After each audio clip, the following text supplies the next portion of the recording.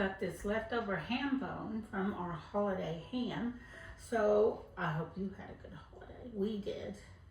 And so I'm going to take off some of this ham off of here and set it aside. And I have a pot of beans over here. So come on in and join us, and I'm going to give you a few little tips on beans and ham. But if you've never been to my kitchen before, come on in. I'm Gigi, and this is my kitchen. And I like to cook. I like to help others learn how to cook and share all my knowledge with you so you can be a better cook too. So let's cook up some beans and ham. And the reason I'm taking off some of this meat off of this ham bone here is because I want to have some little chunks that I can put in at the end. But I am going to add this to my simmering pot, and I am going to let it simmer down. But these are just some nice little pieces here, and then all the other pieces will fall off the bone and they will fall apart and kind of shred to bits. But then I want some chunkier pieces at the end too. So that looks really good. I think I got most of it all off. And so all I'm gonna do is drop these down into my pot, both of them. And I always buy the ham shank, so the one that has the bone that comes up through it. That way I have 2 meals, if not 3 meals out of it. One will be the dinner meal for the full ham, and then the next day we have ham sandwiches or ham and cheese omelets or something of that nature. And then from there, the bone either goes into the freezer or into a pot of beans. So this is ready. I think I've shaved off. Oh, there's a whole other piece right there. Oh, look, I missed all of that.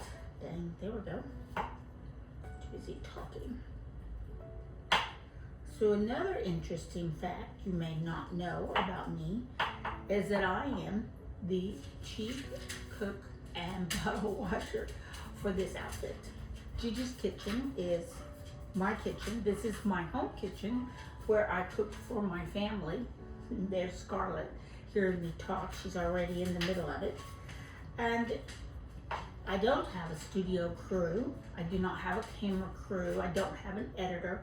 I really do all my own prepping, my own filming, editing, planning. Now, my daughter Laura does come and help me when she can, and she's been really good to help me over the last few weeks. And sometimes I get a little behind, and that may be why you don't always get a video every week, but I do try to put one out every week. And so, but I've enjoyed cooking, and I enjoy sharing my recipes. And these recipes are not commercial recipes. I am not a chef by any means. I am a home cook. And these are tried and true home cook recipes that you can take and cook in your own kitchen. So I'm going to put this and this bone into my pot right here. And there I have everybody in the kitchen now. And I've got my beans going over here. And I've already prepped these beans. And you do have to prep beans. It's really important that we prep them. We have to. So here's our beans. We're doing Great Northern beans. And they're 32-ounce bags, 2 pounds. And we are going to do the quick soak method. And so this is 2 cups, which is about 2 cups. So if you want 1 pound of beans, which I'm doing, it'd be 1 pot. Or I just do a half a bag. So there we go. And what you have to do is you have to take these, and I usually do it as I'm taking it out of the bag. And you sort through them to make sure there's no rocks or dirt in here. And then after we get it all sorted and everything looks good, then we're going to rinse them really good with some cold water. Then we'll fill them up with water. So this is our rinse, just to rinse any dirt off of them.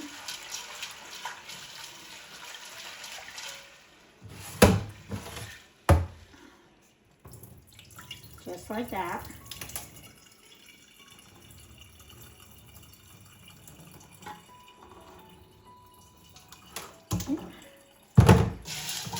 And you can run them through the strainer if you want. And now we're going to cover them really well with at least 4 to 6 cups of water. Now I eyeball it, so I'm going to put about half in here of cold water. And any beans that float to the top, once we get our water in there, we're going to take out, because those are kind of not too good. They're probably rotten in the middle or dried rotten or something. So like this one's floating here. That looks really good. And so you can see they'll settle down, and the ones that are floating we're going to take out, and we're not going to cook them. All right, now this goes to the stove, and then we'll start our cooking process. So we've got our beans here on the stove. I'm fixing to turn them on, and I'm going to put a good high flame on these, or maybe not that high. There we go. About right there. And we're going to bring this to a boil, and we're going to have it on a hard boil for about 2 minutes.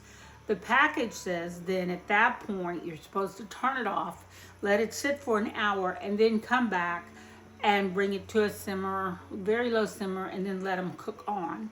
So you can do it that way, but what I usually do is I put this on here, I bring it to a hard boil for 2 minutes, and then from there I just turn it way down very low and let it come down to a simmer, and then just let them simmer from there on. Okay, there's our timer. So 2 minutes is up, and we've been boiling for 2 minutes.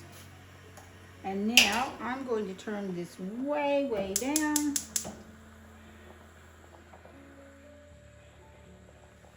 And then I'm going to put the lid on it with a nice vent like so. And we're going to let these just cool down a bit and let them come to a low simmer. And then we're going to let them just cook until they're done. And I'm hoping we're going to have some nice soft beans in about 2 hours, maybe less. Which is usually everybody's different. I've seen people put them in the pot with water and just leave them to simmer all day long. Some people soak them overnight. I do like to soak my pinto beans, but I find that if I soak my Great Northern beans, my white beans, they become almost too soft and they start to disintegrate. So you can see I'm cutting this into chunks so that it's already cooked, and at the end I can put this in, and then you'll have little chunks of ham in your beans. If I put them in now, it'll just disintegrate and I won't have anything but strands of ham.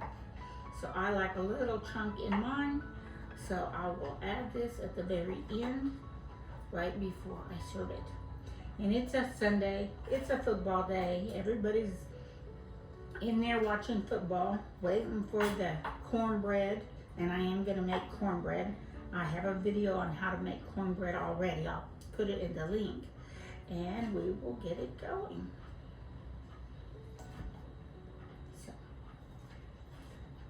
and then once the beans start getting tender and we add the ham, I'll be back, and that'll be about, I'm hoping, in about 2 hours.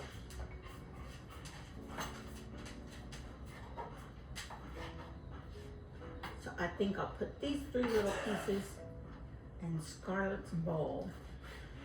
So I'm sure I'll get a comment about feeding the dog food, but she is family, so she gets to have a little bit of ham. All right, I'll be back when the beans are ready for the ham. See you then. Come on, Scarlett.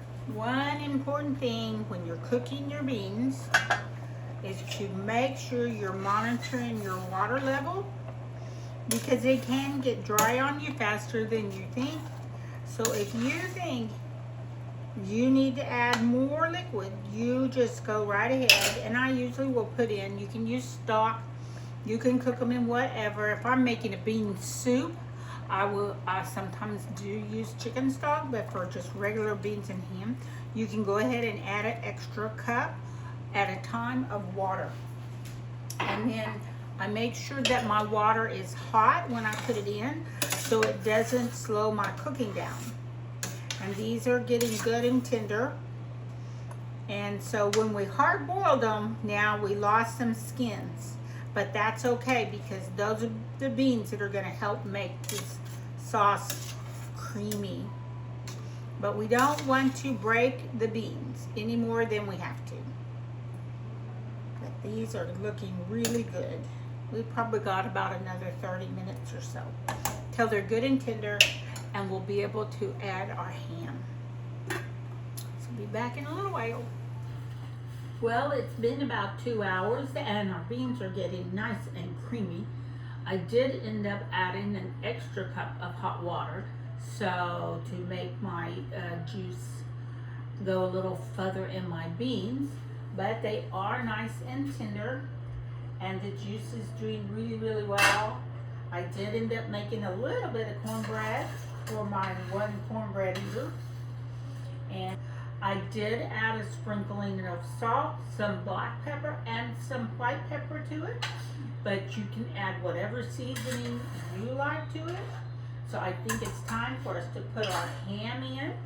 So I'm gonna go ahead and add the ham that we cut in chunks and let it go ahead and start heating through.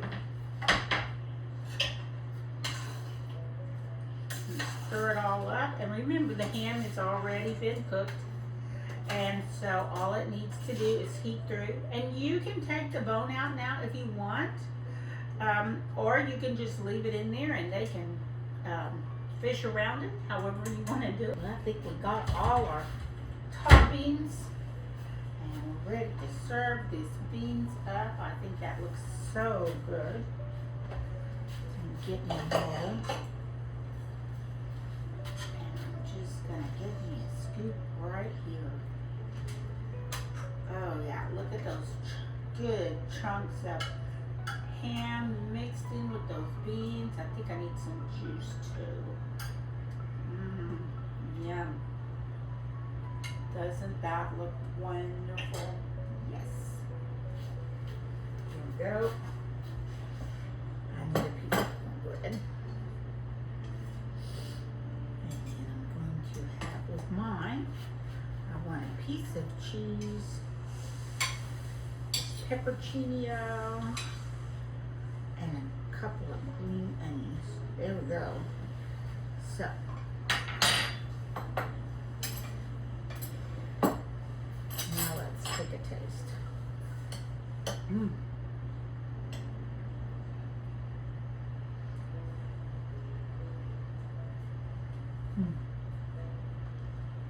Creamy, salty, yummy.